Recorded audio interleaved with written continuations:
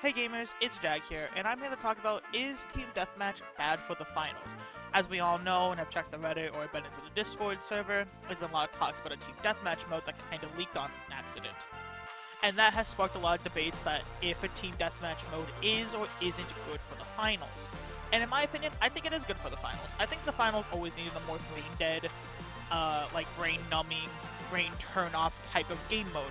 Because a lot of the game modes in the finals are very objective based, like quick cash, tournament, world tour, you know, like you're constantly thinking, and you're constantly also punished for all dying. And I think, in a way, that's very punishing for new players that are trying to get into the finals, where they don't know what they're exactly doing. Especially in the first game of quick cash, and they're playing against a light player that's been playing since, like, open beta, and they're getting absolutely destroyed on, and they're being sent to the team wipe screen every single time that the whole team makes a mistake, and then they have to sit out and not play for like the next 20 seconds.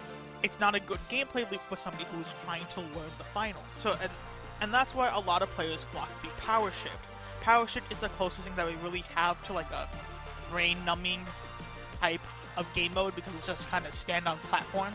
But it's still a little objective-based, and you still also get punished for all team wiping, so it's still, you still have that like kind of non-friendly take, like non-friendly gameplay loop to new players. So I do think that the finals needs a team deathmatch mode where it's less punishing if you die, and it lets you learn the characters, learn the guns, what the recoil patterns are, what abilities does every character do, or every class do, what every gadget does, what's the radius, what's the damage. And I think it's a good starting point for people who are trying to learn the finals. Because I've been playing the finals since closed beta 1. Since March 7th, I think. I have been playing. Was it the 7th or was it the 13th? I don't know. I've been playing since March of 2023, when the first closed beta happened. I've been playing through that. I've been playing the game since then. So obviously, I know everything about quick cash and tournament, and you know, I know everything. Like, it's not new to me. Like window tech, which is like the bare minimum of tech that you should learn.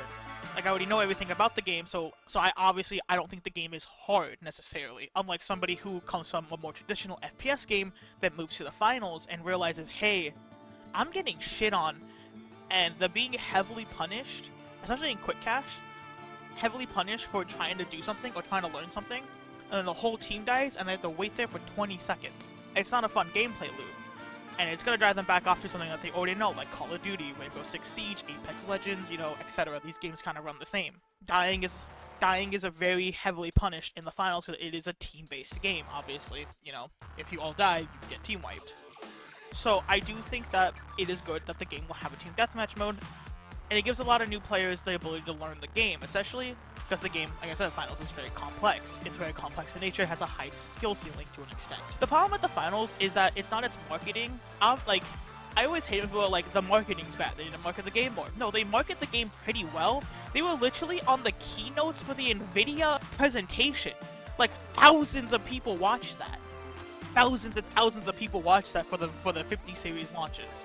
And the finals was one of the key games for Reflex 2, and we didn't gain any players.